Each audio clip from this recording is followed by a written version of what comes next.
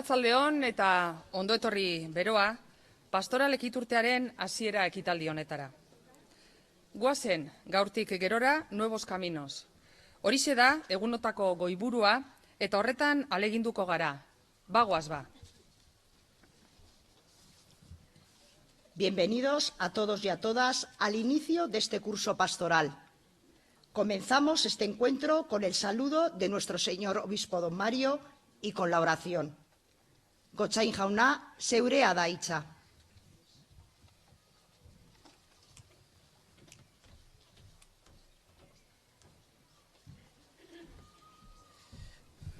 Arratsaldeon eta ondo etorriak. Como yo os hablaré mañana, no me quiero enrollar esta tarde. Daros la bienvenida, esperar que hayáis pasado un buen tiempo de verano y nos ponemos en marcha confiando en la llamada del Señor, que es el quien nos convoca y nos envía. Y como que mejor compone las oraciones es Jesús mismo, vamos a orar con las palabras de Jesús. Gure aita, zeruetan sarana, santu izan bedi zure izena, etor bedi zure erreinua, egin bedi zure nahia, zeruan bezela lurrean bere.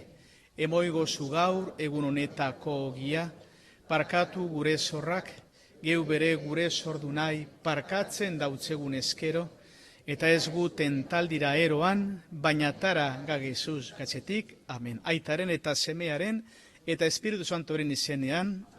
Hace falta un acomodador como en el cine de antes. Aquí hay 3 sitios libres, así que si alguien quiere venir, aquí hay 3 sitios.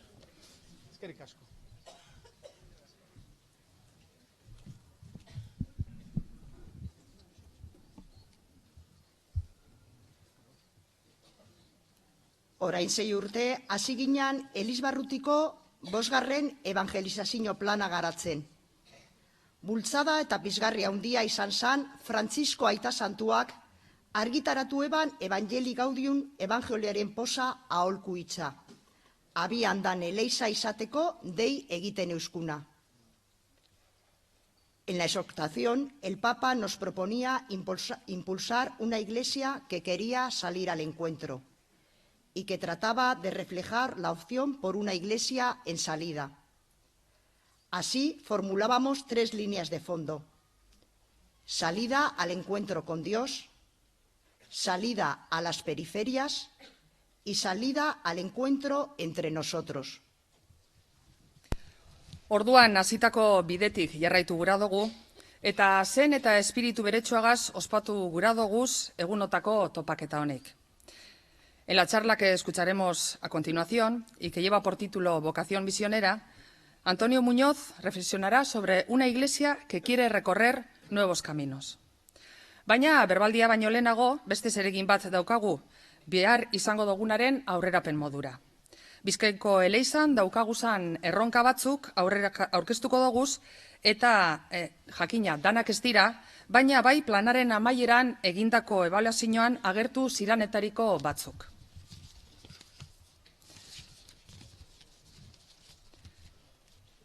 Nueve ponentes y 9 desafíos.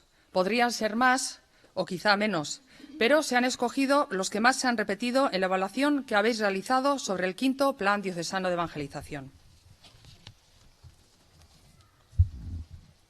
Honesek dira daukaguzan 9 erronkak. Estos son los 9 retos o desafíos que os proponemos. Lehenengoa, parroquias pequeñas, presente y futuro, iraupena. Nos acompaña Miguel Ángel Esnaola, párroco de la Unidad Pastoral Karrantza Lanestosa.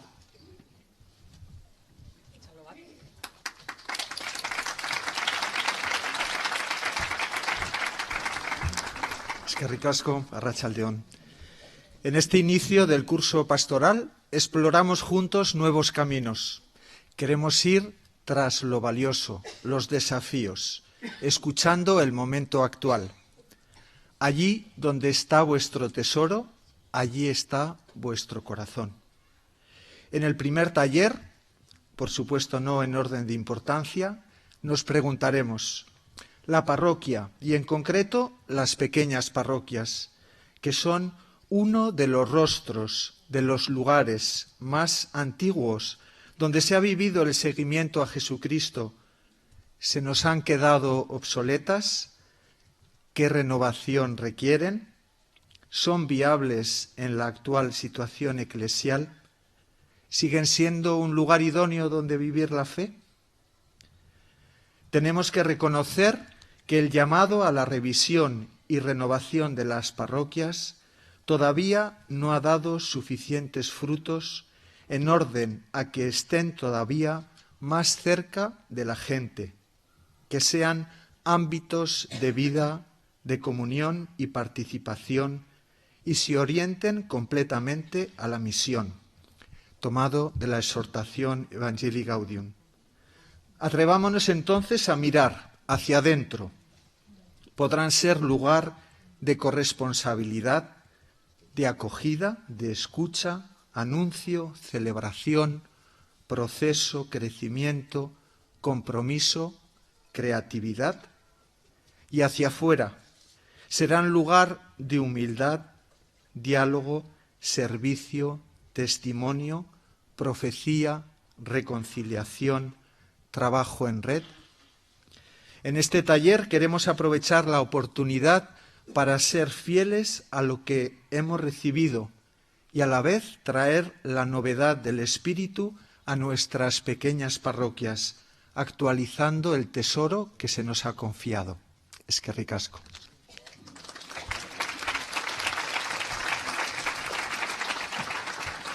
Eskerrik asko, Miguel Ángel. Bigarrena, reconectando Cáritas y comunidad cristiana. Lotura. Manu Moreno, delegado de Caridad y Justicia.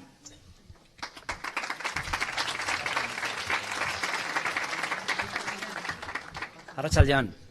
Bueno, reconectando Cáritas y comunidad cristiana. En este taller que vamos a estar Mávila y Seca y yo, nos habían dicho que presentásemos un taller atractivo y participativo. Entonces hemos dicho, bueno, pues igual lo que podemos hacer, algo atractivo, pues invitamos a un concierto.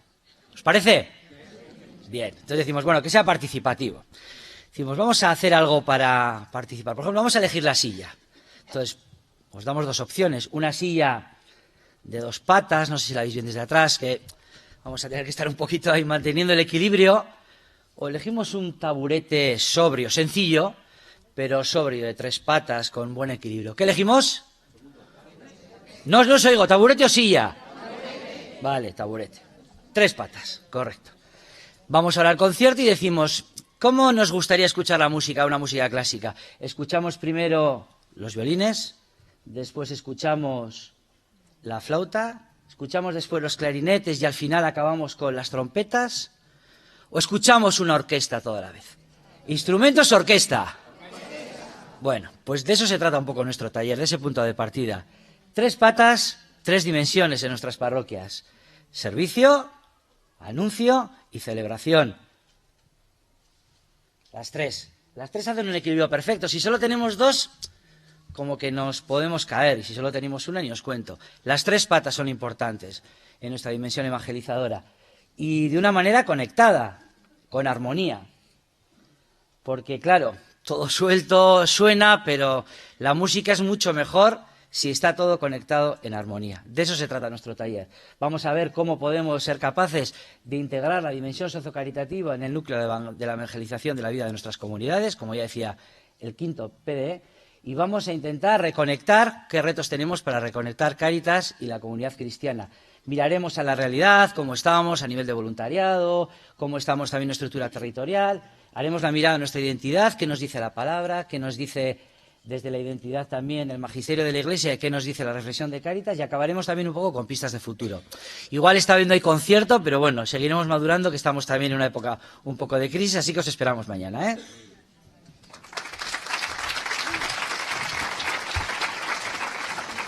Eskerrik asko, Manu.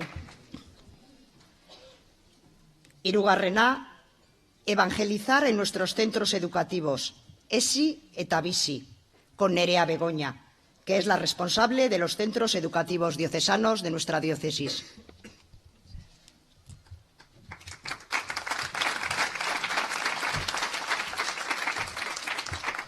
Arratsaldeon, eskerrik asko. Misión difícil, la de evangelizar hoy, ¿no?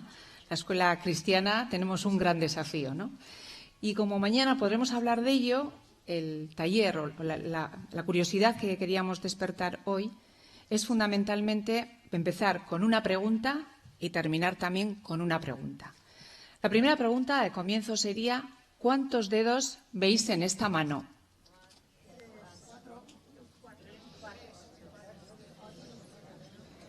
Perfecto, cada uno ve los que ve. De eso va el siguiente vídeo que vamos a ver. Fijaros en los dedos.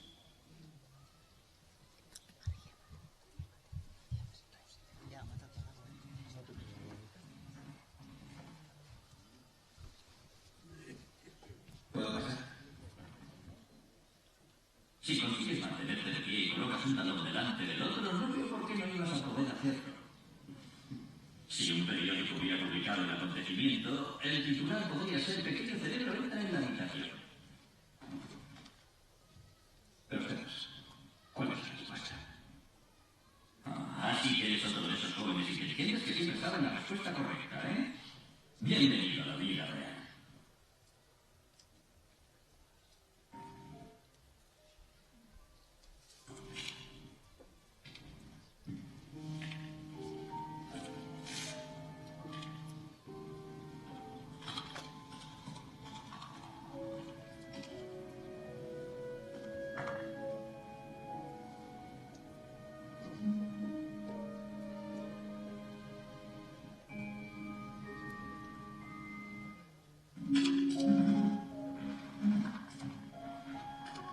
¿Cuántos puede ser?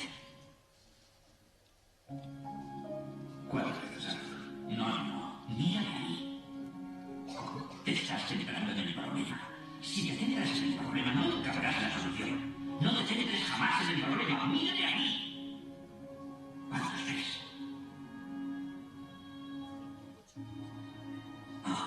Mira más allá de mis dedos. ¿Cuántos ves?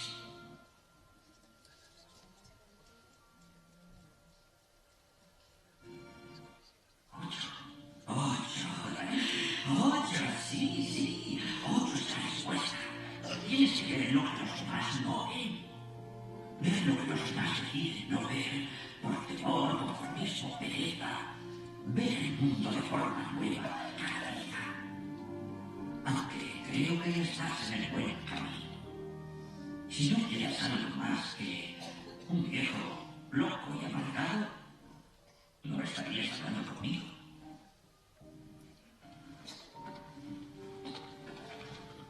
Cuando te miras,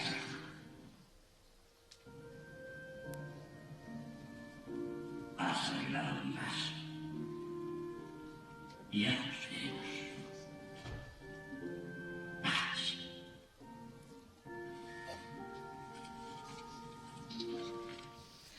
Bueno, como veis, es ver más allá, ¿no? ¿Cuál es nuestro desafío? Hacer que nuestros niños, nuestros jóvenes, vean más allá de lo que la vida, la realidad y la sociedad actual les da. Ese es nuestro desafío. ¿Cómo podemos abordar ese desafío? Mañana trataremos de desbrozar esta respuesta entre todos para tener nuevos caminos y nuevas ideas para llegar a afrontar esta visión y esta misión de nuestra escuela católica. Eskerrik asko.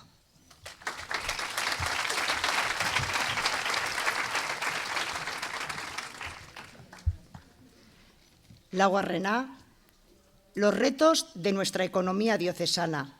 Diru kontuak. Nos acompaña Juan Manuel Sinde, que es el responsable del equipo de voluntarios de economía de la diócesis.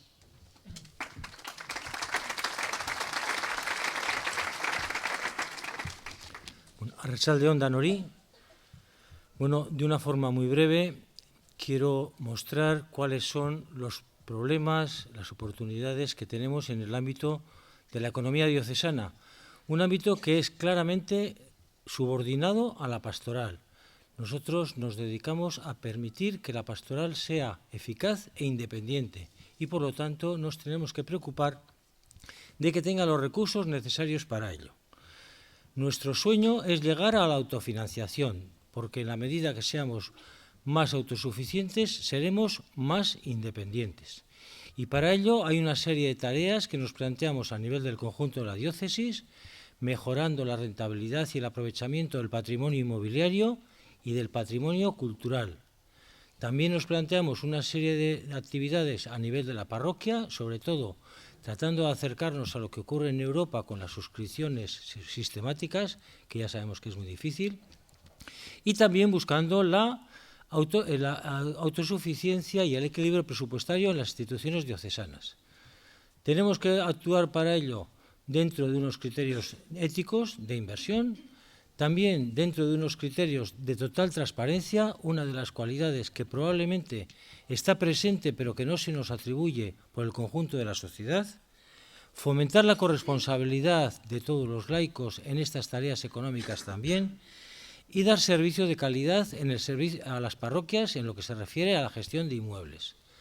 Y en el fondo vamos a tener que actuar sobre la comunicación, aspecto muy importante y muy difícil en una sociedad hipercomunicada, al aprovechamiento de las nuevas tecnologías que nos permitan funcionar de forma eficiente y a la vez compartida, y en tercer lugar a trabajar la renovación y la motivación, el estímulo de los voluntarios que estáis y estamos trabajando tanto en las parroquias como a nivel diocesano. De todas estas cosas, fáciles de decir, muy complicadas de hacer, hablaremos mañana. Eskerrik asko.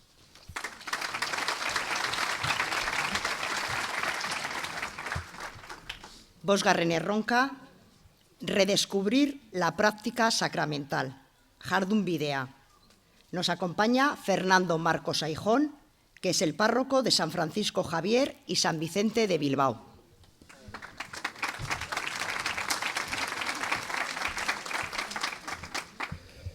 No soy pastoralista ni experto en teología sacramental, soy, como ha dicho Esther, párroco en el centro de Bilbao, y desde ahí me piden que acompañe un espacio porque todavía sigue habiendo ahí algo de presencia en la vida sacramental.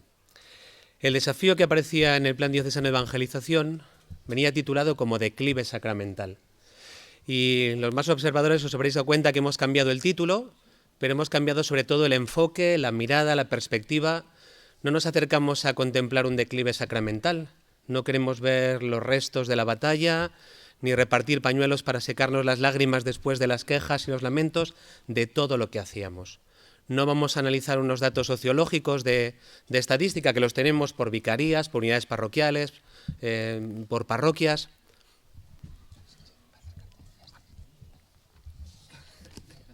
Mejor así. Es verdad que los datos nos hablan de una situación real, la nuestra, y en 20 años hemos pasado de celebrar más de 6.800 sacramentos en la celebración del matrimonio a apenas algo más del 2.200 el año pasado. O bautizar a 6.800 en el año 2000, a bautizar el año pasado a 2.200. Los datos nos hablan de una realidad, que es la nuestra, y queremos acercarnos a esos datos, pero desde otra dinámica y de otro enfoque y de otra perspectiva, que es revitalizar la vida sacramental. Nos queremos acercar a nuestra realidad, pero queremos cambiar el enfoque y la mirada, y mirar con ojos no dolientes, sino para robustecer, para revitalizar, para afianzar y hacer crecer la vida sacramental. Es verdad que el declive sacramental no surge solo ni aislado, viene acompañado por un declive en el compromiso de fe y en el compromiso de vida cristiana. Y creemos también que ha ido perdiendo su significado. Por eso el reto que proponemos es revitalizar la vida sacramental. ¿Cómo podemos poner en valor? ¿Cómo podemos ayudar a descubrir, hacer que los sacramentos vuelvan a ser deseables? Porque la vida del cristiano, de cualquier cristiano, comprometido o no, es una vida sacramental, porque la Iglesia es sacramento de Jesucristo. Sabemos que es preciso vincularlo a otras dimensiones de la actividad de la Iglesia, al anuncio, a la catequesis, a la justicia y a la caridad, al servicio, a la comunión, porque la celebración de los sacramentos aislados no tiene sentido. Si la preocupación fuera el número, pues con coger a toda la chavalería que había en la plaza y meterlos a la Iglesia, pues rápidamente crece el número de la celebración de las primeras comuniones. Y según salen de la Icastola, hacemos que vengan todos a la parroquia catequesis de confirmación. A la confirmación y exponencialmente subiría el número. Sabemos que eso no es así, que los sacramentos exigen compromiso y exigen sobre todo que conecten con nuestra vida, con nuestros miedos, con nuestras búsquedas y que ayudemos a las personas a descubrir cómo pueden conectar con ellos. Eso es lo que os proponemos. La única petición es que no importa que vengan muchos, lo que importa es que los que vengáis tengáis ganas de construir y de sumar y de hacer iglesia y de sembrar reino aquí en Vizcaya hoy, porque si no sabemos construir esto, nos quedamos muy flojos. Así que el que se anime, pues bienvenido. Vamos.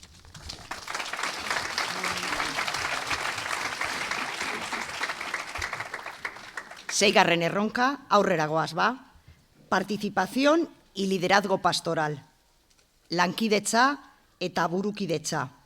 Nos acompaña Estíbaliz Durán, responsable de anuncio y catequesis en la unidad pastoral de Oizamboto.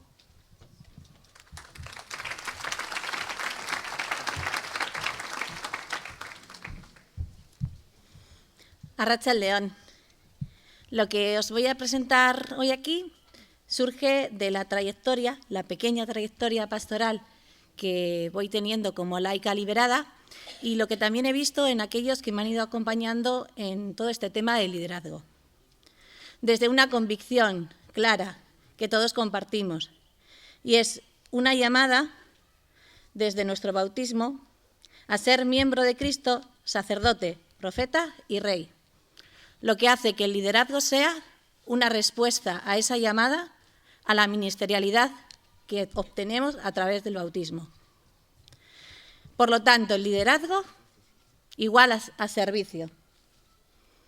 El servicio entendido, la manera de obtenerlo, desde la formación, esa formación que obtenemos a través de la palabra, a través de la formación teológica, de la formación que recibimos en diferentes momentos de nuestra vida, más la habilidad que cada uno de nosotros tenemos, desde ese carisma que se nos ha otorgado, de ponerla en práctica. Y por la manera en la que tenemos de ponerla en práctica. El conocimiento suma, la habilidad también, pero lo que realmente multiplica es la manera de hacerlo. Y la manera que entendemos y que se nos relata en la palabra de Dios es la de que un líder es aquel que mira, que tiene visión, que va por delante, que añade valor y se centra en las fortalezas de aquellos que tiene a su alrededor. La necesidad se enfoca en la agenda de los demás, se enfoca en los otros y se enfoca en que esa necesidad vaya ordenada hacia la misión que tenemos. Equipar, invierte en aquellos que tiene a su alrededor y enseña cómo hacerlo. Responsabilidad, es consciente de las obligaciones y actúa. No pone excusas y anima, moviliza a la gente para el beneficio común. Por lo tanto, el desafío que vamos a abordar en este taller va a ser el desafío de la manera, donde todos tenemos algo que aportar, donde todos podemos generar la oportunidad de ver cuál es esa práctica de ir generando esa manera. Veremos también casos prácticos en los que ya se están poniendo. Eskerrik asko.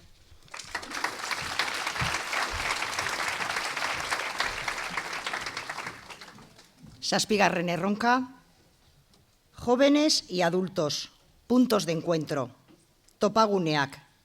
Nos acompaña Clara Arza, delegada diocesana de Anuncio y Catequesis.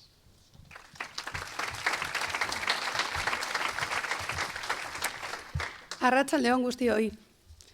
Hace unos pocos días leía esta pequeña reflexión. No veo esperanza para el futuro de la sociedad si esta depende de la juventud de hoy en día, porque las personas jóvenes no saben comportarse. Cuando yo era joven, nos enseñaban a ser discretos y a respetar a los mayores. Hoy en día, en cambio, la juventud no respeta ni los límites ni las normas. Yo, en realidad, creo que esta reflexión hay algunas cosas que obvia. Voy a presentaros a lo que es la generación Z. La generación Z es aquella que ha nacido en la era digital, es decir, que no saben cómo quedar si no es vía WhatsApp o con el móvil. muchas veces les miramos de una manera un poco crítica, pero en realidad nos encontramos con personas que en realidad lo que están haciendo también es buscar un sentido a sus vidas. Están en búsqueda, son personas en construcción, necesitan encontrar un horizonte. Nos encontramos con una generación que es auténtica, es espontánea, son críticos, son comprometidas, a veces son incoherentes, muchas veces son contradictorias, son emotivos, son relacionales y son acomplejados. Sí, acomplejados, porque eso de la imagen es muy importante. Y no sé si lo sabéis, pero la función que más se usa hoy en día en un móvil es la función belleza. Es decir, aquella que borra absolutamente todo lo que es algún tipo de imperfección. Por lo tanto, ahí también tenemos un pequeño problema encima de la mesa. ¿Sí? Por otro lado, nos encontramos que ellos viven un poco en la era pues, de la provisionalidad. ¿Cuántos de vosotros, levantad la mano, cuántos de vosotros vivís en el mismo pueblo en el que habéis nacido? Muchos, ¿verdad? ¿Cuántos de vosotros habéis trabajado siempre en la misma empresa?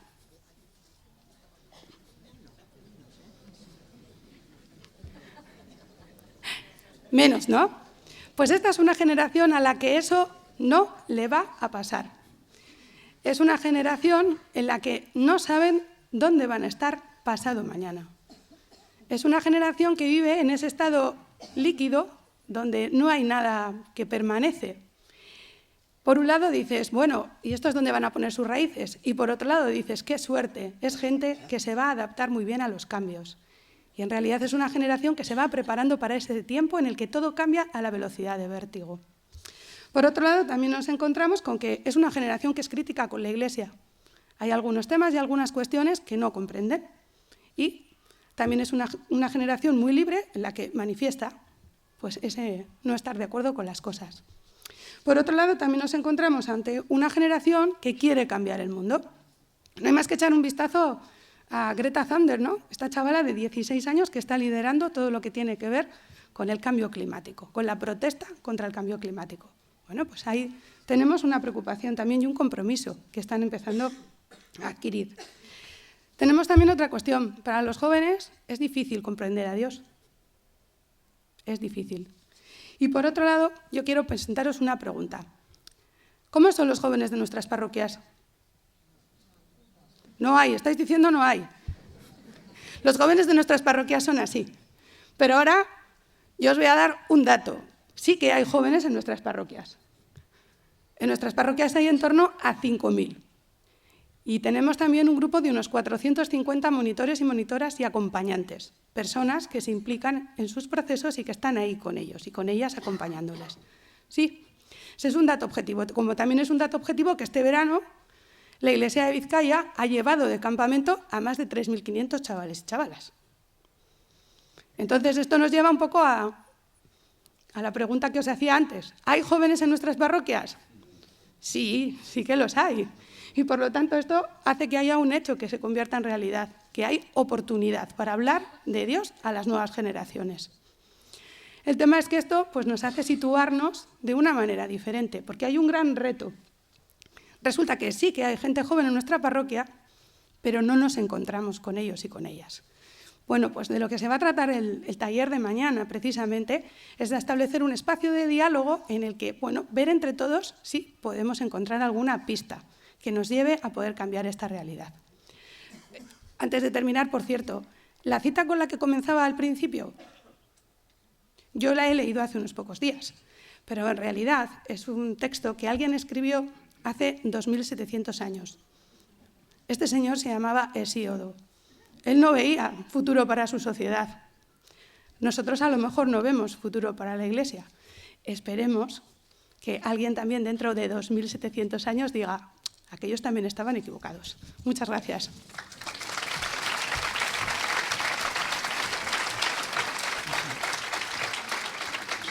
Zortzigarrena. Mejorando la imagen pública de la Iglesia de Vizcaya. Eredua eta irudia. Nos acompaña Xavier Riezu, que es profesor de la Universidad de Deusto y miembro laico de la Oficina de Comunicación de los Jesuitas. Eskerrik asko. Kotza jauna, dizkidoak eskerrik asko, zorionak por este inicio de curso y gracias por la oportunidad de participar. ¿Cómo es la Iglesia, cómo es la imagen de la Iglesia? Voy a cogerlo porque es que si no se me queda un poco bajo. ¿Cómo es la imagen de la Iglesia en Vizcaya? Lo cierto es que un estudio encargado, el último estudio encargado por el obispado sobre este tema, nos da algunas pistas interesantes. Es una imagen irregular y con grandes diferencias entre quienes se identifican como católicos, que valoran generalmente bien a la Iglesia, y quienes se identifican como no católicos, no se identifican como católicos, donde el porcentaje de quienes valoran positivamente la Iglesia baja mucho, baja hasta el 6%.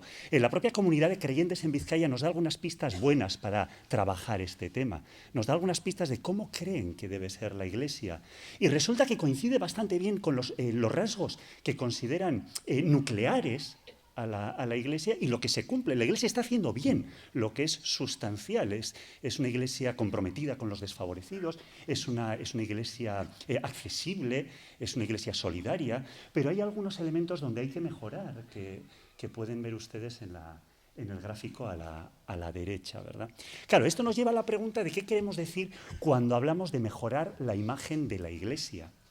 Porque estos elementos que vemos que hay que mejorar son aspectos que no son un problema de imagen. Cuando decimos que la Iglesia se asocia o difícilmente se asocia a la juventud, es una imagen, vamos a decir, envejecida, no es del todo falso. Y la Iglesia es una institución jerárquica. Cuando decimos que que la gente considera que ha de ponerse más el acento en la cercanía, no estamos hablando de cuestiones únicamente de imagen, pero claro, son aspectos que se van a trabajar en el resto de mesas. Por eso lo que nosotros proponemos mañana es que todo el resto de mesas estén de alguna manera en nuestra mesa y trabajemos qué podemos hacer para proyectar todo lo que se está haciendo en esos aspectos, en esos temas, proyectarlo a la sociedad. Esa es la mesa que nosotros proponemos mañana, que traigáis el resto de mesas a nuestra mesa. Y otra tarea, podemos identificar esos aspectos que en nuestra sociedad son especialmente sensibles, esos que hay que cuidar especialmente. Permitidme poner un ejemplo. No es algo no hace falta ser un avezado sociólogo. Hoy en día nadie puede ser creíble en el espacio público si no transmite un compromiso muy real, muy honesto con la igualdad entre hombres y mujeres. Se están haciendo cosas, o con la rendición de cuentas que se ha mencionado y la transparencia. Se hacen muchas cosas.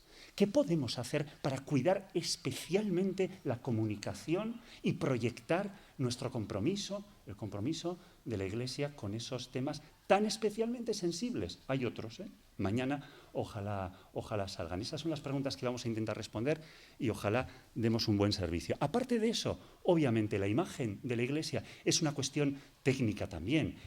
Hay que hablar de plataformas de comunicación, hay que hablar de quién es el rostro de la Iglesia, pero yo creo que para eso el obispado, la diócesis, puede recurrir a un asesoramiento más técnico. La propia oficina de comunicación de la diócesis hace un excelente trabajo, pero nosotros como asamblea, ¿qué podemos aportar? La respuesta a esas preguntas. Vamos a intentarlo. Ánimo.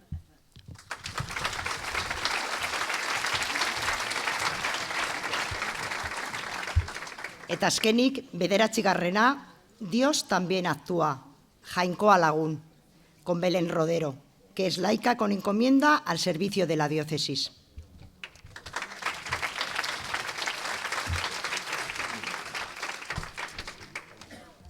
Arratsaldeon.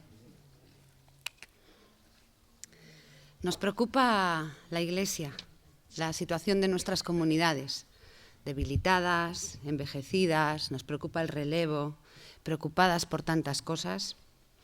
Nos preocupa nuestro mundo, la pobreza y la desigualdad, la falta de democracia, de participación, el modelo económico que campa a sus anchas y deja heridos a los márgenes del camino, la cultura que marca y mueve y nos descoloca. En medio de esta noche, tantas veces oscura, vamos a detenernos a observar, a mirar el rastro de Dios. Vamos a detenernos y a observar el rostro de Dios. Os invito a pensar ahora en algunas de vuestras noches. La noche es un tiempo complicado. A veces es el tiempo de los miedos, del pensar en esto no va a acabar nunca.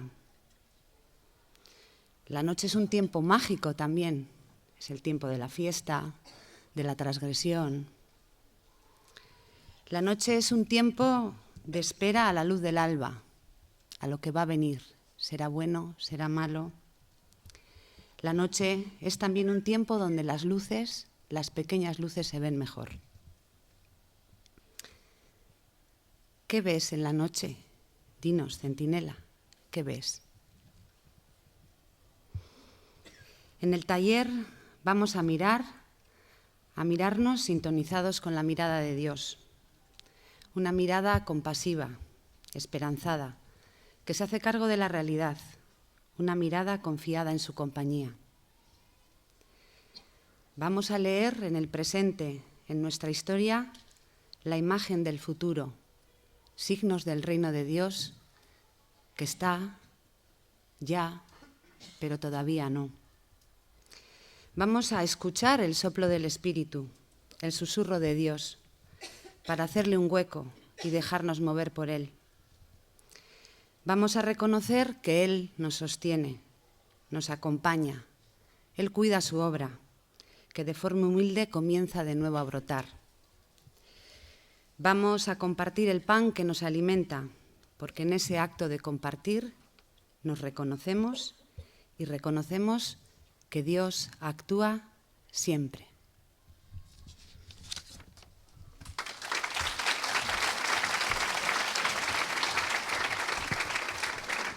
Eskerrik asko guztiei.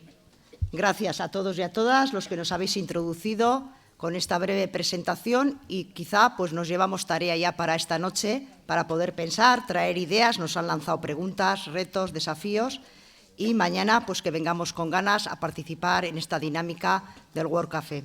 Decía, ahora vamos a dar comienzo a la segunda parte de este acto con la charla. Eta aurkezpena egingo dotzat. Orain, Antonio Muñoz Malagatik etorri jaku gaurko kurtso hasierarako berbaldia eskaintzeko. Guztiz eskertuta beragaz kontatzagaitik. Antonio Muñoz, más conocido como Toño, de la diócesis de Málaga, casado y padre de 3 hijos. Con vocación de profesor, da clases de matemáticas en un instituto de religiosas trinitarias. Con amplia trayectoria eclesial, ha sido acompañante de grupos de infancia, de jóvenes y de adultos en su parroquia. Ha participado en la comisión de implantación del Plan Pastoral de la Diócesis de Málaga y ha sido delegado de juventud de su diócesis. Prestó durante 5 años servicio a la Acción Católica General como responsable de adultos y presidente nacional. De vuelta a Málaga, está recuperando poco a poco su vida habitual en el barrio y también en la parroquia, rodeado de la familia y disfrutando de su vocación docente. Antonio, cuando quieras.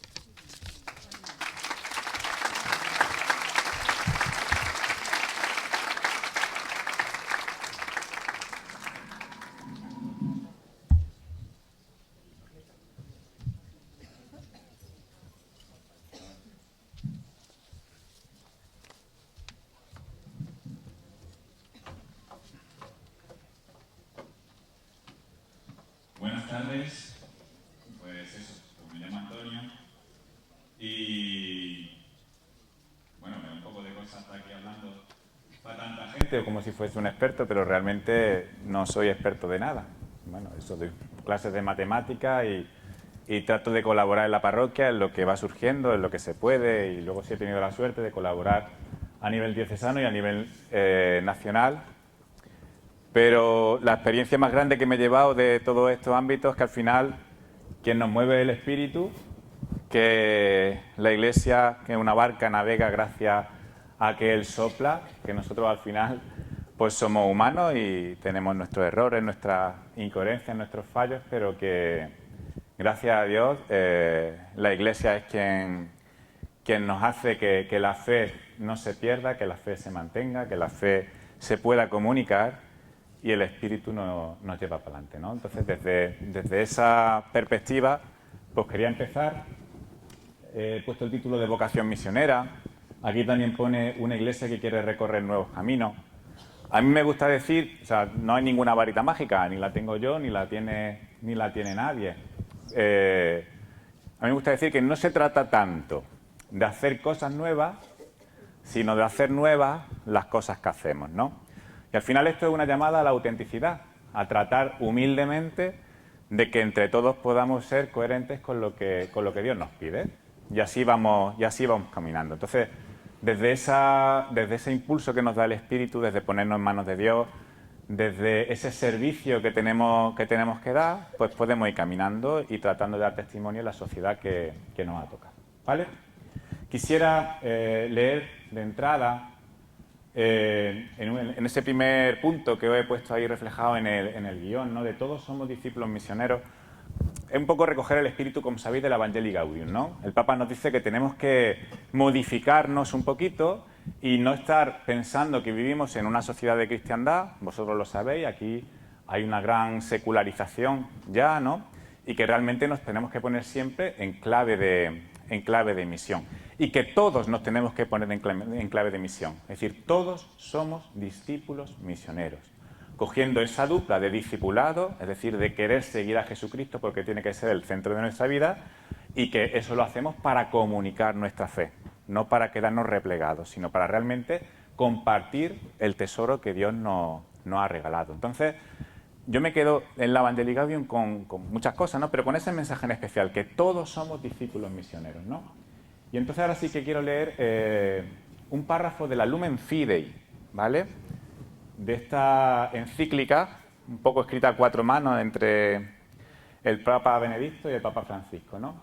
La primera frase nos dice: no nos dejemos robar la esperanza, ¿vale? Que me parece muy importante en los tiempos que corren. No permitamos que la banalicen con soluciones y propuestas inmediatas, que obstruyen el camino, que fragmentan el tiempo, transformándolo en espacio. Y nos dice: el tiempo es siempre superior al espacio. Ese titulito también aparece luego en una parte de la Evangelii Gaudium, ¿no? El tiempo siempre superior al espacio.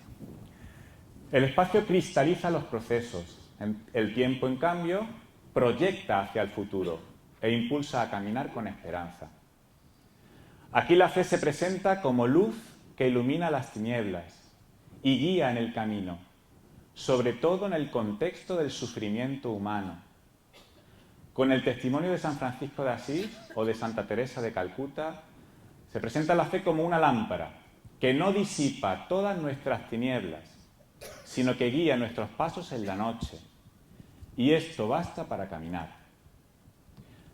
Fijaros, al hombre que sufre, Dios no le da un razonamiento que explique todo, sino que le responde con una presencia que le acompaña, con una historia de bien que se une a toda historia de sufrimiento para abrir en ella un resquicio de luz.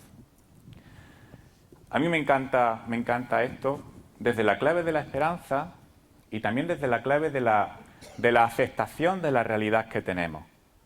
Una realidad que desde esa esperanza nos tiene que animar a seguir a Dios con la mayor coherencia posible, porque es un bien para todos, porque yo he descubierto que es un bien para mí. Y eso es lo que quiero transmitir. Pero eso no nos quita ni dificultades, ni quita sufrimiento, ni quita que no tengamos dudas. Pero, ¿qué preferimos? ¿Replegarnos y tratar de asegurarnos de no perder lo que ya tenemos? O, como dice el Papa Francisco, vamos a dar un paso aunque nos equivoquemos, aunque nos caigamos, para realmente dejarnos en manos de Dios y ser una iglesia que sale al encuentro de ese sufrimiento humano. Por tanto, yo sí que resumiría este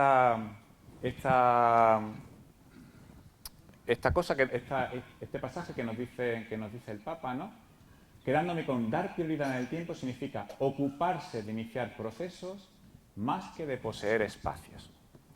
Y ahora, un apunte. Vamos a pensar un momentito en lo que son las parroquias, ¿vale? Las parroquias, ¿qué tienen que hacer?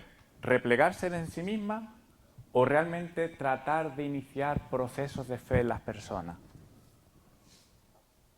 O sea, ¿queremos mantener números, queremos mantener patrimonio, queremos mantener estructura ¿O realmente queremos abrirnos realmente a la acción de Dios que sobrepasa el momento puntual que estamos viviendo e invitar a las personas a que vivan procesos profundos de maduración en la fe? Ese para mí es un reto primordial que entre todos tenemos que afrontar. Y yo diría que siempre el mensaje evangélico es una oferta de salvación. ¿Esto qué quiere decir? Que el mensaje del Evangelio está llamado a llenar con el amor de Dios las heridas o vacíos existenciales que todos tenemos. Lo que más nos aleja del amor de Dios es el egoísmo, es el egocentrismo, el creerme que yo todo lo puedo.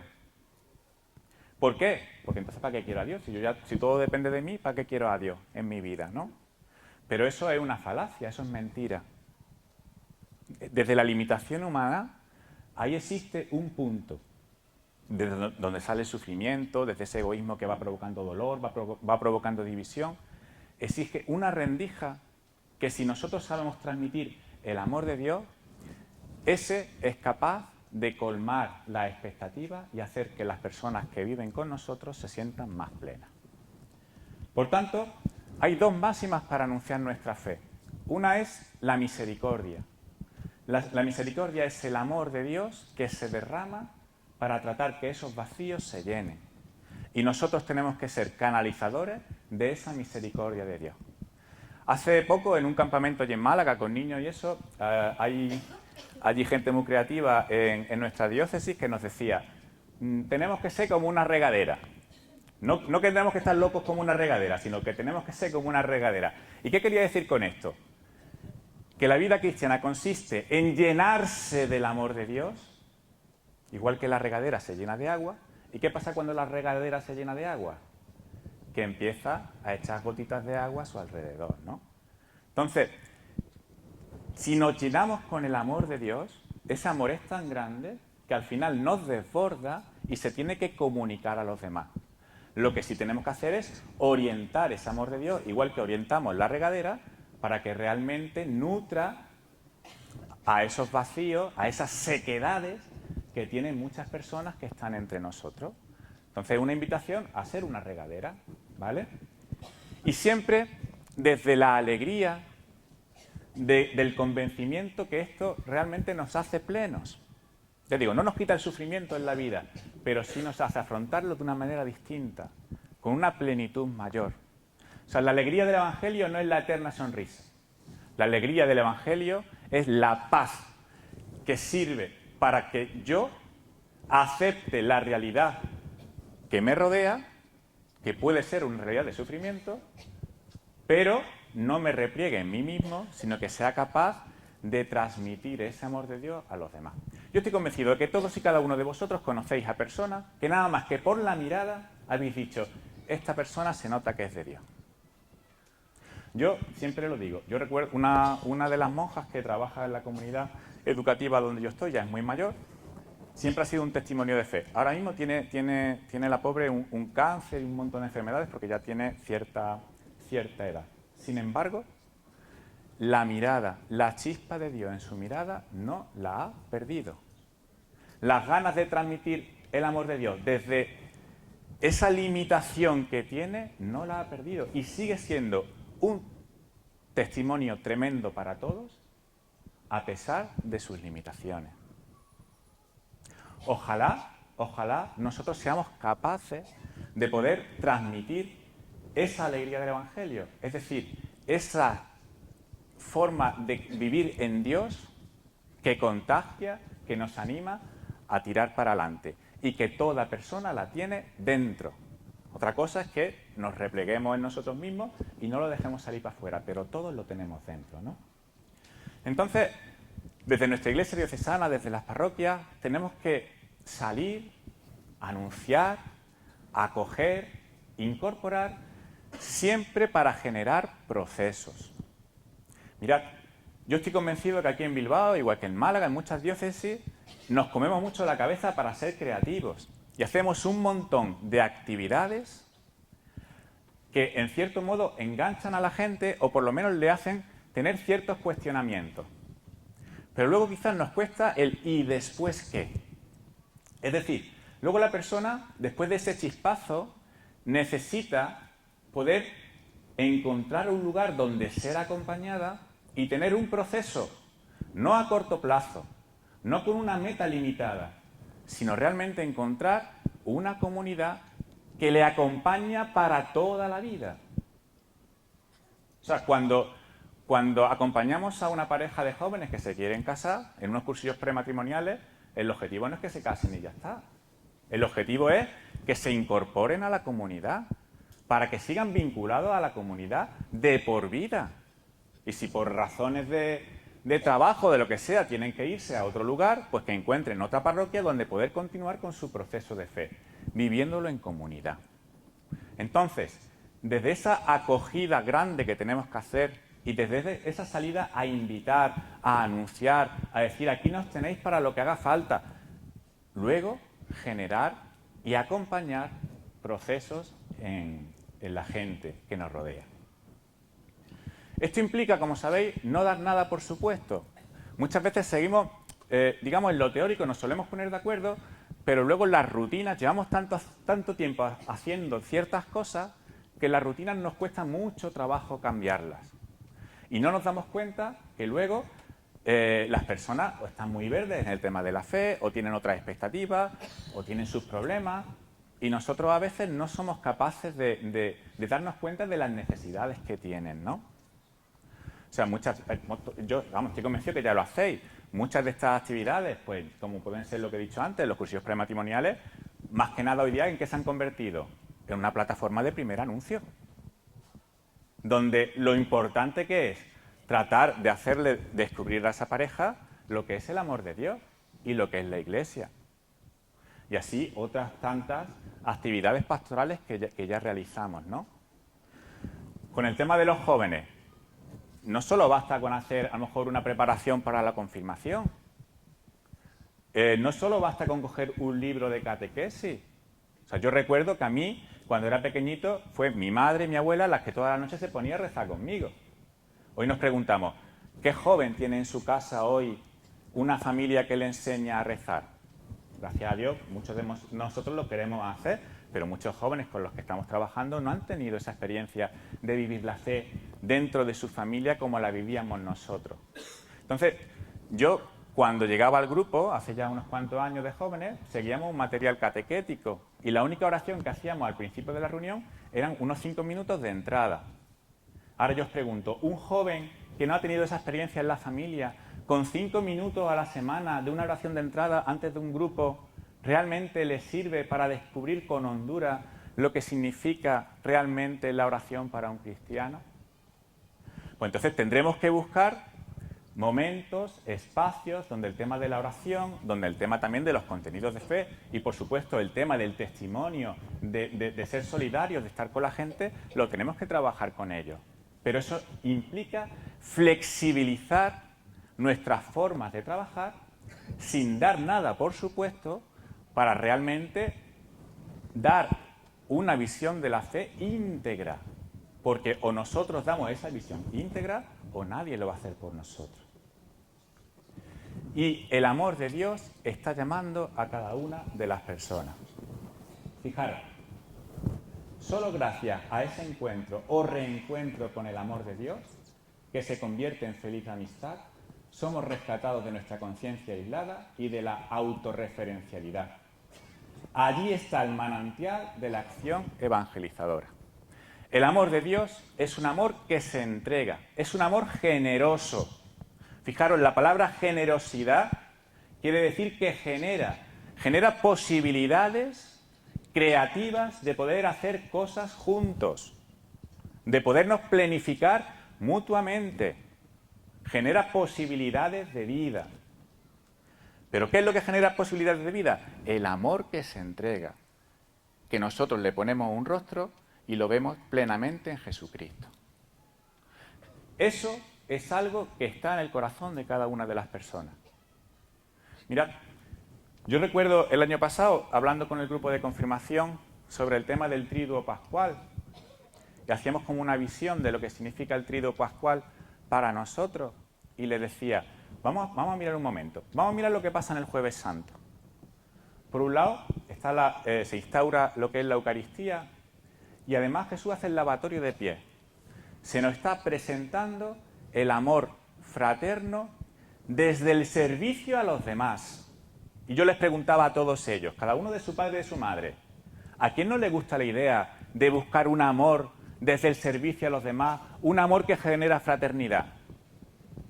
Y todo el mundo, no, eso nos parece bien, eso vamos a por ello. Lo mismo lo hice con un grupo de jóvenes este verano, en un encuentro que hubo allí en Málaga. Y le dije, ¿y si le decía a vuestros amigos que no creen, que pasan del tema de la Iglesia, que queréis buscar esa fraternidad desde el servicio, qué os dirían? No, nuestros compañeros eso lo ven bien. Y luego cuando miramos la mirada al Viernes Santo decíamos, pero claro, ese servicio implica una entrega de vida, un sacrificio, fundamentalmente un sacrificio de tu egoísmo, de dejar las cosas, digamos, que tú te hacen llevar a la autorreferencialidad, como dice el Papa, y sacrificarte esa parte de ti mismo por darte a los demás. ¿Vosotros os gustan las personas que son capaces de sacrificar sus cosas por entregarse a los demás? Tanto los adultos como los jóvenes. Incluso los jóvenes pensando, los otros jóvenes decían, sí, esas personas nos gustan. Las personas que se entregan por los demás. Y luego les preguntaba, ¿y eso no genera vida? ¿Eso no genera de lo que parece que está muerto, de lo que parece que no sirve, no genera oportunidades de vida? ¿No genera un campo de juego nuevo? Y todos han tenido experiencia de que cuando se han sacrificado por otros de manera gratuita, se han sentido bien y han hecho sentirse bien a los demás. Y nosotros creemos en un Dios que es eso precisamente. Y que no se queda en una cosa puntual de lo que vivimos en Semana Santa, sino que es realmente un dinamismo de vida. Buscar la fraternidad humana desde el servicio, entregándonos por los demás, porque sabemos que eso hace que Jesús resucitado se haga más presente entre nosotros. Eso gusta, y eso es lo que tenemos que llevar a la práctica con nuestras humildes posibilidades. Vamos con el segundo reto. Fijaros, el Papa nos ha dicho al principio, todos somos discípulos misioneros, ¿no? Nos lo dice el Evangelii Gaudium. Y ahora nos podemos preguntar, ¿y qué significa ser discípulo misionero? Pues el Papa Francisco nos ha regalado luego una observación donde nos lo viene a decir. Una persona que es discípulo misionero es la que quiere caminar en santidad. Es decir, es la que quiere vivir en plenitud en el amor de Dios, la que quiere vivir en plenitud su bautismo. Eso es un discípulo misionero. ¿Se va a equivocar? Sí, 1000 veces se va a equivocar. Pero Dios va a estar siempre ayudándonos a que nos levantemos para tratar de vivir en Él. Entonces, la exhortación Gaudete Exsultate es totalmente complementaria con la Evangelii Gaudium, porque nos está diciendo el camino para buscar cómo ser discípulos misioneros. Y aquí, en Bilbao, como está pasando en casi toda España, aunque aquí se nota, yo creo que de una manera más palpable que en el sur, tenemos un problema, que estamos matando la apertura al misterio. Es decir, que en el día a día vivimos como si Dios no existiera. Y eso hace pues que le demos la espalda a la apertura a la fe, que luego se abre por otros caminos. Lo que pasa es que muchas personas las buscan desde otros ámbitos que no es la Iglesia católica. El Papa en la Gaudete Exsultate nos dice que hay dos peligros muy grandes y que los ambientes secularizados se notan muchísimo, que es el gnosticismo y el pelagianismo. Nos equivocamos como Iglesia diocesana si pensamos que todo depende de nosotros. Nos equivocamos si pensamos que todo lo sabemos. La persona que se cree que todo lo sabe, ¿qué hace? Mata el misterio, mata que en la vida pueda haber algo, una verdad que nos pueda alumbrar. Entonces, ¿para qué quiero a Dios si yo creo que ya todo me lo sé?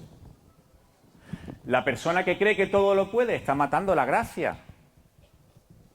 Si yo creo que todo depende de mi fuerza, ¿dónde está la actuación de Dios? Entonces, es muy importante que desde nuestra vida transmitamos que existe algo más. No desde un misticismo raro, no buscando cosas que choquen, desde la naturalidad de saber que Dios es amor. Lo que tenemos que explicar qué es realmente el amor de Dios, que no es un amor subjetivo, que no es un amor voluble, ¿vale? Sino que es ese amor oblativo que se entrega. Y que tenemos la suerte de verlo en una persona, que es Dios mismo para nosotros, que es Cristo. Y que hace que esa cosa que nos trasciende y que es difícil de explicar, lo podemos ver desde el plano humano. Y se nos hace mucho más comprensible así vivir en esa vinculación con Dios. Entonces, desde esa normalidad de querer vivir en ese amor, tenemos que demostrarle a las personas de nuestro alrededor que hay algo más en la vida, algo que nos supera, pero algo que nos mueve, algo que realmente nos nutre, algo que realmente es un bien, es un regalo para todos, ¿no? Como antes se decía en muchos de los talleres que se van a ver mañana, o sea, tenemos que unir lo sacramental con lo que es la propia vida, nuestro propio quehacer diario, ordinario de lo que hacemos, ¿no? Como os he dicho antes, tenemos que abrirnos a que Dios está actuando hoy aquí también entre nosotros. Y eso lo tenemos que explicitar, lo tenemos que decir con convencimiento y con naturalidad, porque la persona que nos ve vivirlo con naturalidad lo entiende y lo respeta. Yo he sido delegado de juventud durante muchos años en la diócesis y hemos puesto a rezar a muchos jóvenes. Yo os garantizo que ha habido jóvenes ateos o indiferentes que han visto a estos jóvenes rezar cuando era una oración realmente que estaban viviéndola de verdad, y los que estaban fuera lo respetan. Otra cosa es que vean algo que realmente no tiene, digamos, como que no se vive del todo, o como que algo rutinario, pero cuando ven algo que se vive de verdad, eso se respeta. Yo en el colegio tengo muchos niños de otras religiones, tengo muchos niños, muchas familias pasan del tema de la fe. Sin embargo, cuando se hacen cosas vibrantes en el sentido de darle profundidad y sentido, todo eso se respeta. Entonces, tenemos que vivir completamente abiertos a ese misterio en nuestra vida, tenemos que realmente estar en diálogo constante con Dios, tenemos que recuperar esa sacramentalidad, esas celebraciones y vivirlas de una manera vibrante en nosotros, es decir, de una manera profunda, no por rutina, no porque toca, no por cumplir, sino porque realmente ahí estamos tocando ese amor de Dios. Pero ojo, ese misterio, esa apertura a la fe, no nos deja inmóviles, sino que nos mueve.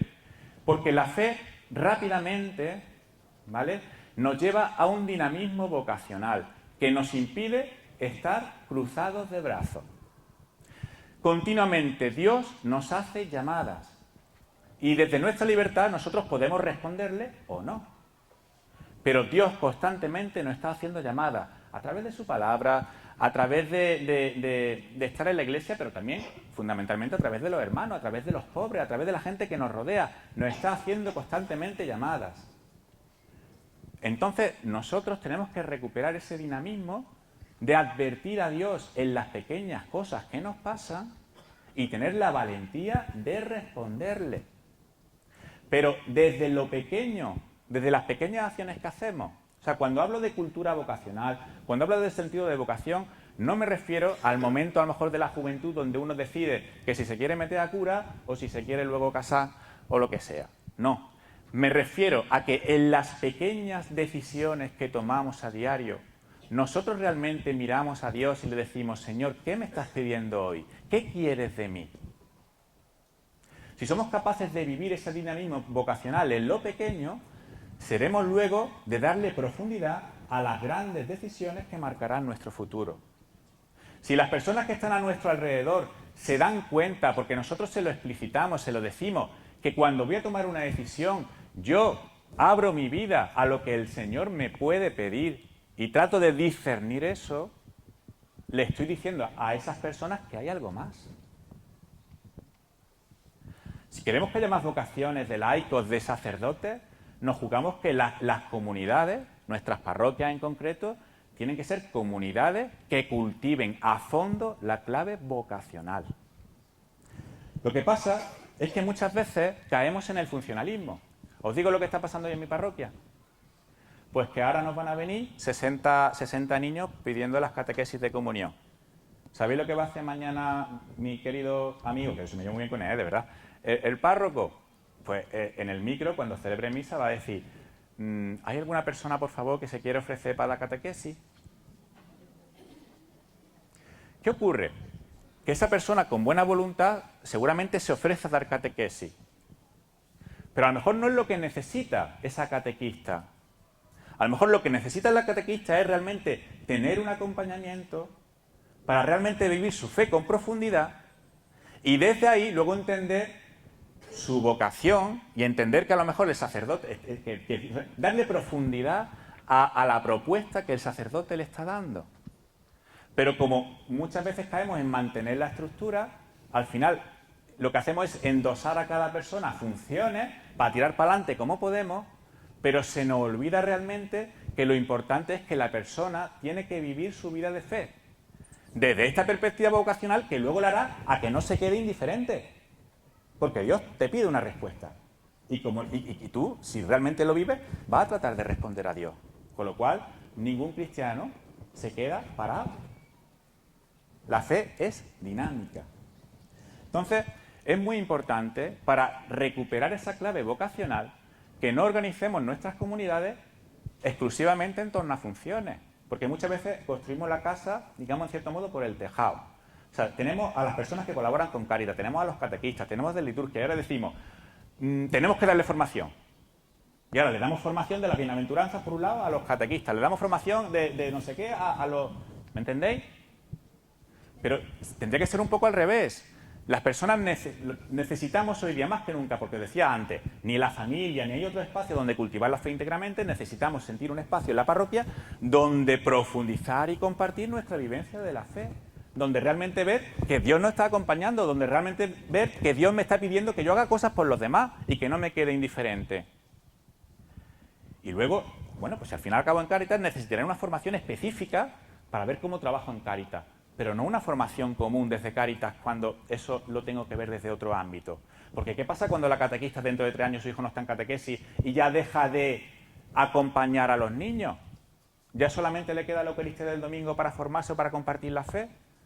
¿No será mejor encontrar en las parroquias un espacio que no dependa de una función concreta para realmente que esa persona viva su fe y la comparta tratando de buscar esa profundidad? Vamos a ver alguna diapositiva que tenemos aquí. Fijaros, ahí veis una línea. Eso es un proceso para toda la vida. Nosotros no sabemos cuando a una persona se le enciende de la chispa de la fe. Puede ser que sea cuando es niño, cuando es joven o cuando es adulto. Eso es lo que el Señor y lo que el Espíritu quiera.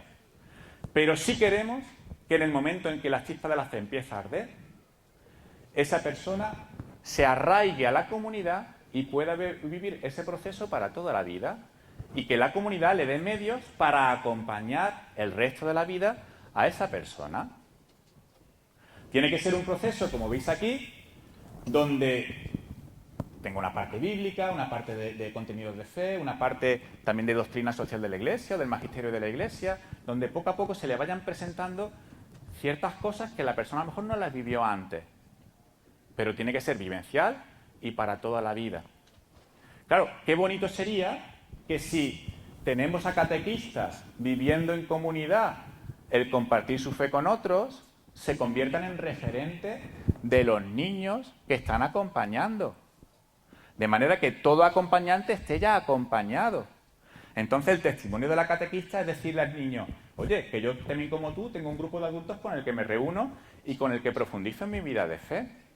Entonces el niño está viendo que esto no se acaba con la comunión, sino que más para adelante hay otras cosas. Podemos conseguir que los jóvenes sean referentes de los niños, que los adultos sean referentes de los jóvenes, pero tiene que existir esa línea para toda la vida en lo que serían nuestras parroquias. Gracias. La familia tiene que tener una acogida completa en la parroquia. O sea, lo que le ofrecemos a los niños en la iniciación cristiana, también hay que ofrecérselo a los padres.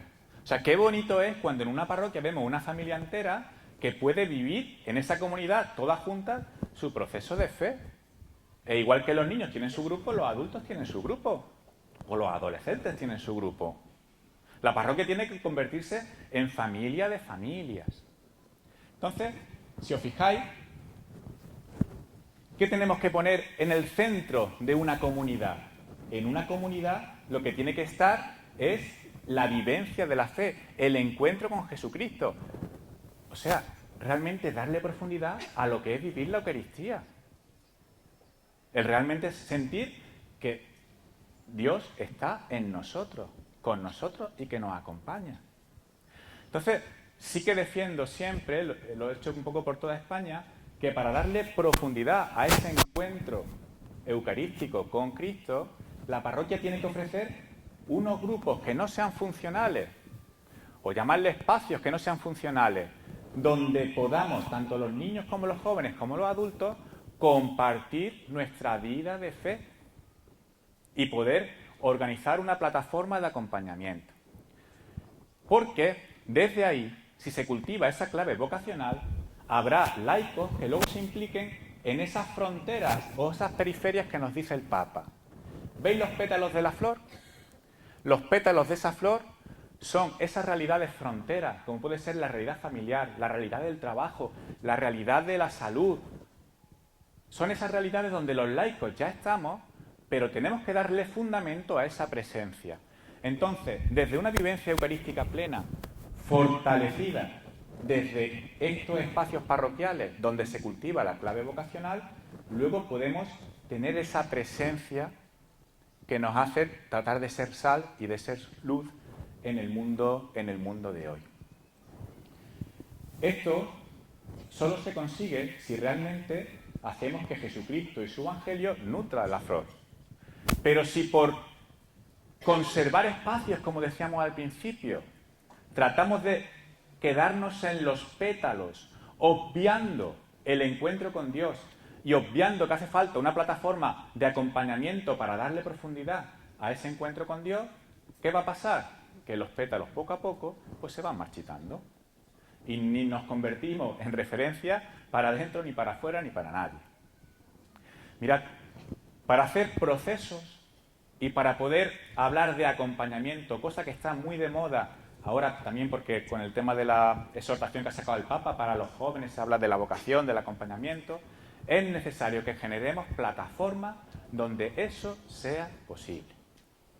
Mirad, yo recuerdo que en la conferencia episcopal fui a unas reuniones para preparar una ponencia de un encuentro que hubo de pastoral juvenil en Granada y había expertos en el tema del acompañamiento y había una persona que era jesuita, un salesiano y claro, yo me preguntaba, bueno, con sus cosas buenas y también con sus dificultades, muchas veces, por ejemplo, en los colegios jesuitas hay como una estructura que posibilita el poder acompañar a esos jóvenes, o los salesianos, en este tipo de cosas.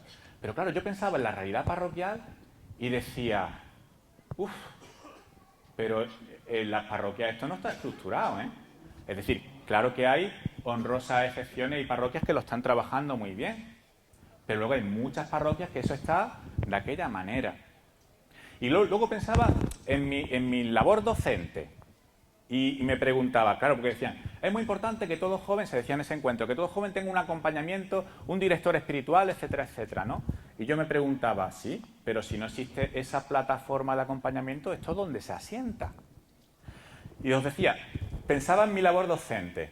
O sea, yo como docente, por ejemplo, soy tutor de cuarto de la ESO y yo tengo que hacer un acompañamiento a mis alumnos, trato de orientarles para la decisión que tienen que tomar si en el futuro meterse en un bachillerato, en un módulo de formación profesional, si ponerse a trabajar. Pero es que el propio colegio ofrece una plataforma para que ese acompañamiento sea así, porque no es un contacto de una persona sola con ese alumno, de ese profesor o ese tutor con ese alumno, sino que hay otros niños que también están en esa fase y entre ellos también hablan y se acompañan desde otra clave. Hay otros profesores aparte del tutor. Hay un contacto también con los padres porque la familia tiene algo que decir. Es decir, entre todos se genera una plataforma para que se pueda hacer un acompañamiento que no dependa de una persona o que no esté ahí al lado, que no se sabe para dónde va y para dónde viene, ¿no? Entonces, cuando enseñaba antes el tema de esa flor y el tema de esa línea para toda la vida, es para destacar la importancia de generar, para que los procesos perduren, espacios donde realmente podamos acompañar y no dependa de personas sueltas o de proyectos sueltos, sino que incluso diocesanamente nos planteemos cómo organizar nuestras comunidades para que eso esté así y no dependa de personalismo, ni que está este cura, ni que está otro, de este movimiento, de tal cosa, no, sino que diocesanamente pensemos que eso sea posible. ¿Y todo para qué? Para vivir la fe con integridad. Os decía antes, mirad, muchas veces nos quedamos con lo que más nos gusta. A mí me encanta hacer oración y solamente me meto en un grupo para hacer oración con los demás. Pero claro, si la oración no se lleva a la vida, no te lleva a darte a los demás, ¿para qué sirve? Hombre, sirve, pero no planifica la vida cristiana. Pero a lo mejor vamos a otra parroquia, encontramos a otras personas y nos encontramos un grupo de voluntariado. Sí, mucho voluntariado, mucho tiempo libre, mucho no sé qué. Pero ¿dónde está tu vida celebrativa? Pero es que el relativismo también se mete en nosotros. Porque es lo que pasa en la cultura de hoy. Y al final también dentro de toda la Iglesia nos quedamos con lo que más nos gusta. Entonces, cuando hablo de plataformas de acompañamiento, me estoy refiriendo a generar unos espacios donde la fe se pueda cultivar con integridad para poder darle un testimonio que realmente sea lo más coherente con el Evangelio a las personas que nos rodean. ¿Vale? Mirad, todo esto nos tiene que llevar a la corresponsabilidad. Cuando hablamos de la corresponsabilidad en la Iglesia, a mí me da mucho miedo, porque muchas veces nos ponemos de entrada en esa clave funcionalista de repartirnos tareas. Pero la corresponsabilidad realmente se entiende cuando el dinamismo vocacional impregna de verdad nuestra vida. Mirad, seguro que habéis conocido a muchas personas que a lo mejor estaban en su parroquia y hubo un rifirrafe con el párroco y ya dejaron de ir a esa parroquia. Sin embargo, habéis encontrado otros testimonios de personas que, a pesar de esos rifirrafes que siempre pueden existir porque somos humanos, tienen claro que esa es su comunidad, saben separar qué cosas son las cosas humanas de las cosas, en cierto modo, de lo que Dios quiere para nosotros, y ahí tratan de tirar para adelante. Aunque eso implique, bueno, pues tener ciertas fricciones, ¿no? Pero claro, ese segundo talante se tiene cuando realmente la persona está viviendo su fe con una profundidad y con una eclesialidad madura. Y ahí es donde se entiende la corresponsabilidad bien. Si no, la corresponsabilidad nunca puede ser plena. Entonces, mirando el papel de los laicos, terminamos este bloque diciendo, mirad, antes se dijo, por el bautismo somos sacerdotes, profetas y reyes, todos. ¿Qué significa para mí ser sacerdote? Realmente que toda mi vida sea una ofrenda al Señor. Entonces yo soy docente, yo porque soy profesor, porque quiero tener muchas vacaciones, porque mis padres fueron maestros, o realmente yo siento que Dios me está llamando a dar un servicio a la sociedad de hoy a través de esa labor docente que estoy haciendo, de promoción por esos chavales. Entonces, sí, en mi docencia, en mi familia, en mi forma de estar con los amigos, yo realmente lo quiero vivir como una ofrenda al Señor, es cuando estoy descubriendo realmente lo que significa ese sacerdocio común que todos compartimos. Pero claro, eso implica vivir la fe con coherencia. Yo quiero servir a Dios, yo quiero ofrecer esto a Dios, y eso tiene unas implicaciones proféticas de denuncia, de lucha por la justicia, de apoyar lo que puede ser bueno, lo que puede ayudar a crear un mundo mejor. Todo eso me lleva a ser profeta. Pero es que encima, cuando trato de vivirlo con coherencia y voy, que eso viendo que es lo que Dios quiere, yo me siento como un rey. Claro, me siento planificado, porque desde el servicio es como encuentro mi planificación. Y entonces descubro que no necesito que me den una palmadita en la espalda, que no lo hago por fulanito, sino que lo hago realmente porque he descubierto que el amor de Dios me está moviendo. Y eso, ¿dónde se alimenta? En la Eucaristía. O sea, cuando vamos a la misa, es imprescindible que los laicos, desde nuestra fe, pongamos en la mesa del altar toda nuestra vida, porque queremos que se llene del amor de Dios. Entonces, en ese pan y en ese vino va nuestra familia, va nuestro trabajo, van nuestras relaciones con los compañeros. Le estamos diciendo, Señor, llénalas de ti. Y cuando eso se llena de Dios y lo vuelvo a recibir, yo trato de vivir con coherencia ese sentimiento de que Dios camina conmigo.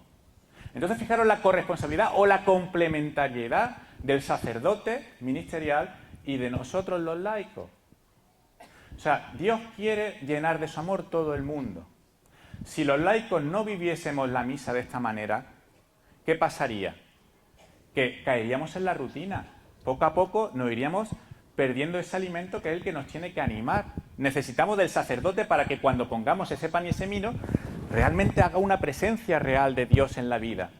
Pero a la vez, el sacerdote necesita que los laicos pongamos ahí todas las vivencias seculares, porque Dios quiere estar en ellas.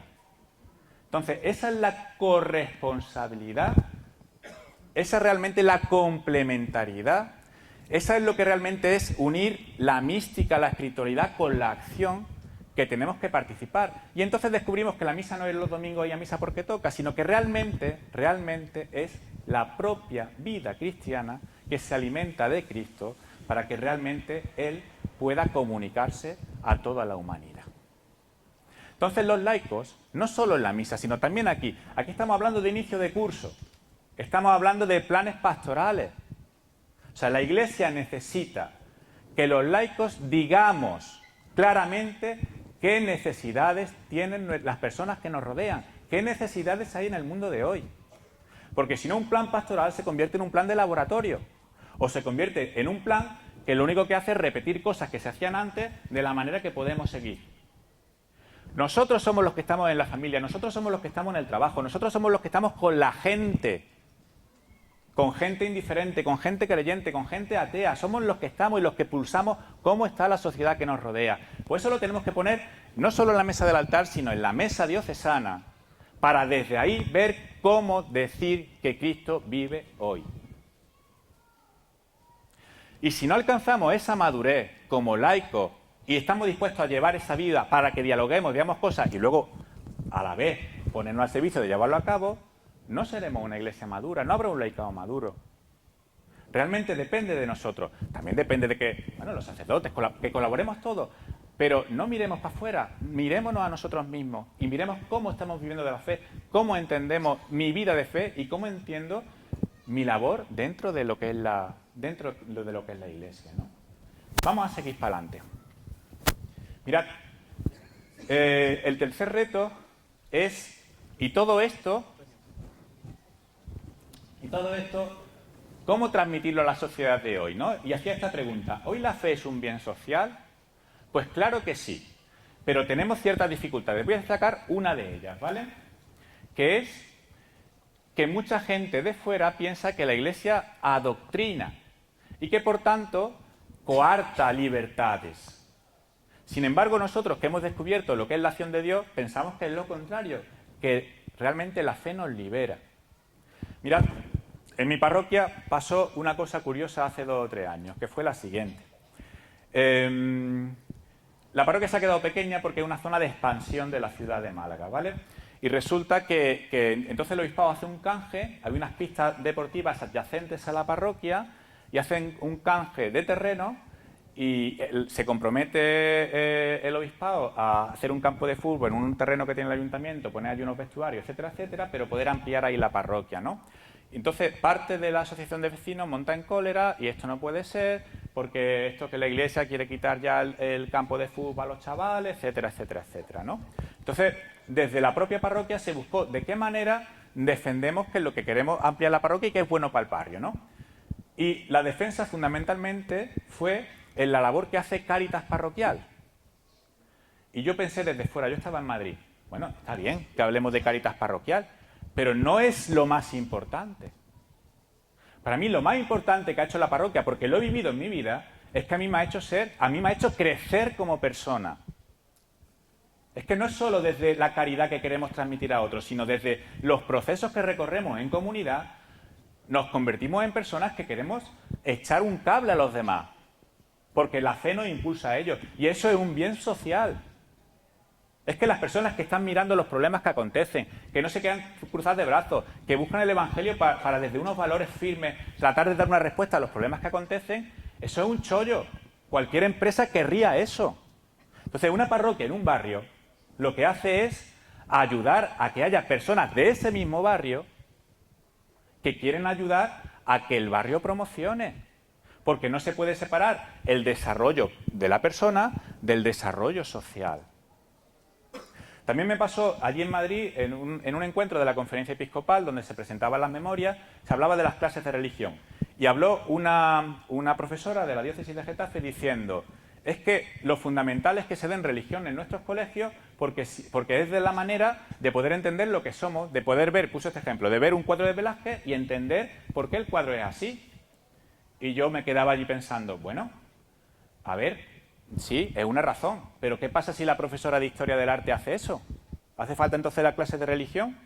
Claro, es que nosotros defendemos eso desde una perspectiva mucho más profunda, que es que antropológicamente la persona tiene una dimensión espiritual y esa dimensión necesita cultivarse. Y eso pasa aquí, pasa en Pekín, ha pasado ahora y ha pasado siempre. Y eso hay que educarlo, porque es algo inherente al ser humano. Y desde ahí queremos hacer una oferta para realmente ayudar a esos alumnos a que sean mejores personas cultivando esa dimensión que es importante. Porque desde ese cultivo, de esa integridad personal, luego ese niño va a vivir luego una serie de dimensiones de una manera mucho más equilibrada y va a ser una persona de provecho para la sociedad.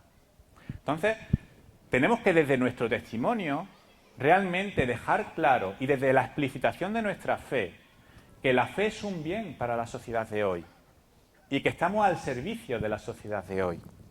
Desde dos claves que son fundamentales que nos dicen los papas últimos, ¿no? El Papa Benedicto nos dice, desde el amor en la verdad, desde la caridad en la verdad. O sea, estamos hablando de un amor que va unido a la verdad, o sea, no es un amor subjetivo. Os pongo también un ejemplo. Seguro que habéis visto muchas ONG que de repente hacen un boom, pero a los 3 años cogen y caen. Porque muchas veces la acción voluntaria que surge luego cansa. Y cuando no vemos frutos, cuando vemos los cansancios, se nos vienen abajo. Sin embargo, dentro de nuestra Iglesia vemos instituciones sociales caritativas que se mantienen siempre. ¿Por qué? ¿Porque nosotros somos mejores? No, porque la fe está ayudando a que eso no se pierda. Porque hay un espíritu que va empujando eso para que eso tire para adelante. Porque al final hay una verdad, que es el amor de Dios, que es la que sostiene esa acción social. Entonces, es muy importante que defendamos que no solo hay una verdad subjetiva en el individuo, o no hay una verdad tecnológica de lo que es factible, de lo que se puede hacer, sino que hay una verdad trascendente que se descubre desde el corazón, desde la apertura al amor, que nos hace darle un sentido a la vida y nos da una fortaleza vital y social que nos mantiene en la brecha. La doctrina social de la Iglesia se nos cae si no se pone delante la acción de ese amor en la verdad. Y luego el Papa Francisco nos recuerda, porque, rápidamente digo, ¿no? El amor en la verdad supone el amar a Dios, el amar a las personas, el hacer sacrificios con ellas, el vivir la caridad política. O sea, todo esto que estoy hablando no es para vivirlo en mi parcelita, solamente en las personas que me rodean, sino también desde un nivel más amplio. Los laicos tenemos que participar activamente en lo que es la vida pública, la vida política, ese amor que trata de buscar el bien común para todos, y desde la comunicación de la alegría de que el amor surge. Porque como ahí dice, cuando yo hago cosas de amor por los demás, se suscita en mí y en las personas que me rodean un brote de alegría renovada. Por otro lado, rápidamente ya, acabando, otra cosa que me parece fundamental, ¿vale? Es el tema de la ecología integral. O sea, el Papa Francisco nos dice que no se puede separar una cosa de otra, que todo está relacionado. O sea, lo que somos nosotros como personas antropológicamente, nuestra relación con el medio ambiente, las desigualdades que se generan con los pobres, es decir, la economía, todo es un engranaje que se va modificando y que si no lo ponemos bien orientado hacia el amor de Dios, ¿qué ocurre? Que genera injusticia. Entonces, necesitamos que cuando hablemos públicamente y cuando estemos tratando de insertarnos en esas plataformas sociales, tengamos una cosmovisión que nos anima a decir que todo está relacionado y que no podemos separar una cosa de otra. ¿Por qué? Porque Dios está en todo lo creado, en todo lo que rodea, y lo que tenemos que dejar es que esa acción rezume para afuera y que se pueda advertir, ¿vale? Esto implica aceptar la naturaleza como un don, educar para la alianza entre la humanidad y el ambiente, adoptar nosotros concretamente nuevos estilos de vida y exigir y fomentar el diálogo y la participación humana. Todo en una sociedad que vive en la increencia y que muchas veces pasa del tema de dialogar de Dios. Sin embargo, nuestra fe es dialógica. Es decir, como hablábamos antes desde esa perspectiva vocacional, constantemente me invita a dialogar con Dios y a dialogar con los hermanos. Entonces no nos tiene que dar miedo a hablar con las personas que nos rodean. Y tampoco nos tiene que dar miedo que las personas que nos rodean susciten dudas en nosotros. Hasta Jesús dudó. En Getsemaní tuvo miedo, pero es que en la cruz dijo, Señor, ¿por qué me has abandonado? Y Él es Dios. Y estaba ahí sufriendo desde esa duda de abandono, de sentir esa soledad en ese momento de fe. La duda es algo que nos invita a crecer, que nos invita a replantearnos en conciencia lo que somos y en lo que creemos. Y eso que tenemos hoy, que son personas que pasan de Dios, que pasan de la Iglesia, o que tienen prejuicios, tiene que ser una invitación a dialogar con ellos y a no parapetarnos en nuestras cosas, sino realmente pensar que desde ese diálogo podemos crecer y podemos aportar una palabra de crecimiento para todas las personas, ¿no? Por otro lado, hay una oportunidad, que es que en este mundo globalizado, donde decimos que todo está relacionado, necesitamos un marco ético común. O sea, los cambios que están habiendo en la sociedad de hoy con el tema de Internet, etcétera, etcétera, muchas veces nos pillan con el pie cambiado. Y ahora empiezan a relacionarse cosas de unos países con otros, de unas culturas con otras, y eso hace que cada vez más haya muchas personas que digan, necesitamos un marco ético común. Y nosotros ahí tenemos una palabra clara que decir, porque buscamos esa fraternidad universal, porque para nosotros Dios es el bien. Y la ética busca poner al hombre en sintonía con ese bien. Aprovechemos esa oportunidad que nos brinda la sociedad de hoy. De hecho, hablando de esta increencia y hablando de la ética común, los que estáis trabajando con jóvenes seguro que habéis percibido que muchos de los jóvenes ya no vienen con tantos prejuicios, que muchas veces los prejuicios los encontramos con gente treintañera, con gente ya con cierta edad, pero ya hay muchos jóvenes que ya, en cierto modo, no vienen tampoco con una mentalidad en plan como agresiva, por decirlo de alguna manera, ni muchísimo menos. Lo que pasa es que tenemos que comunicarle el fundamento desde nuestra fe, no desde el dogmatismo, sino desde el acompañamiento. Por ejemplo, en la Amoris Laetitia, la clave de cómo tenemos que situarnos hoy, hablando del tema de la familia, ¿no? de cómo acompañar esas situaciones, es una clave no desde tienes que hacer esto, esto, esto, sino realmente darle la mano a esa persona para que esos sufrimientos que advertimos en esta realidad familiar tan desestructurada pueda llenarse del amor de Dios y de la mano tendida de muchos de nosotros, ¿no? Entonces, desde esa clave nos tenemos que situar. Termino. Mirad, esto solamente lo podemos hacer juntos. Cualquier actividad que hagamos, si al final, como os decía antes, no redunda en un arraigo a la comunidad, se nos va. Yo quiero haceros una invitación a que diocesanamente veáis qué posibilidades hay de avanzar en cosas que ya tenéis para posibilitar que realmente en cualquier comunidad se pueda vivir más plenamente la fe y se puedan acompañar procesos. Pero eso implica que tenemos que hacer un testimonio comunitario coherente. Vosotros habéis venido a esta convocatoria diocesana, entonces no es a los que se puede regañar, pero yo sé que luego hay muchas veces que se hacen convocatorias diocesanas y que hay mucha gente que no acude, o que al final acabamos fijándonos más en las divisiones que hay entre nosotros y no acentuamos el tema de la comunión. La Iglesia es diocesana y la parroquia o la comunidad o la unidad pastoral, en este caso, no puede vivir de la autorreferencialidad por muchas razones. como os decía antes, para huir de los personalismos, para que haya proyectos a medio y largo plazo, para facilitar la movilidad que hay socialmente de que un joven pasa de aquí y de para allá, un matrimonio se mueve. Es necesario encontrar una vertebración más clara en nuestras diócesis. Tenemos muchas parcelas, pero nos falta un tronco más sólido donde ese trabajo tan entregado que hacemos desde esas parcelas pueda redundar de una manera más directa en la vida de nuestras comunidades. Pero eso hay que vertebrarlo, y solo se vertebra si quitamos a un lado rencilla, quitamos a un lado malos rollos o desesperanza y decimos, como Iglesia diocesana queremos crecer. Mirad, si desde fuera se ve división, nuestro testimonio se empobrece o decae o no llama tanto la atención.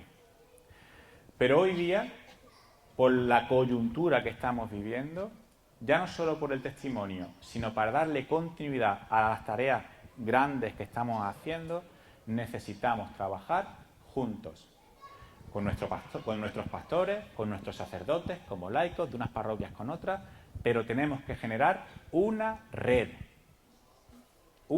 diocesana que posibilite el generar que los planes pastorales y que nuestra acción social, nuestra acción evangelizadora pueda tener más arraigo y pueda ayudar a generar, como os decía, esos procesos para toda la vida. Lo que hacía antes una parroquia hace 20 años, que se valía por sí misma, hoy ya no vale. Así que salgamos de esa autarquía, a veces parroquial, o autarquía o autorreferencialidad de un movimiento concreto y pongámonos todos desde el servicio a construir una iglesia juntos aquí en nuestras diócesis para tratar de dar un testimonio a esas personas que tenemos al lado, que todos llevan a Dios dentro y que todos quieren conocerlo con mayor plenitud. ¿Vale? Muchas gracias.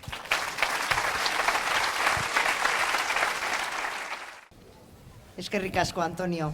Muchas gracias por la ponencia que nos has ofrecido. Nos has lanzado bastantes retos, muchas preguntas. Bueno, pues esperamos tenerlas en cuenta y que nos ayuden también en estas jornadas de inicio del curso pastoral de la diócesis, como remarcabas en este último punto.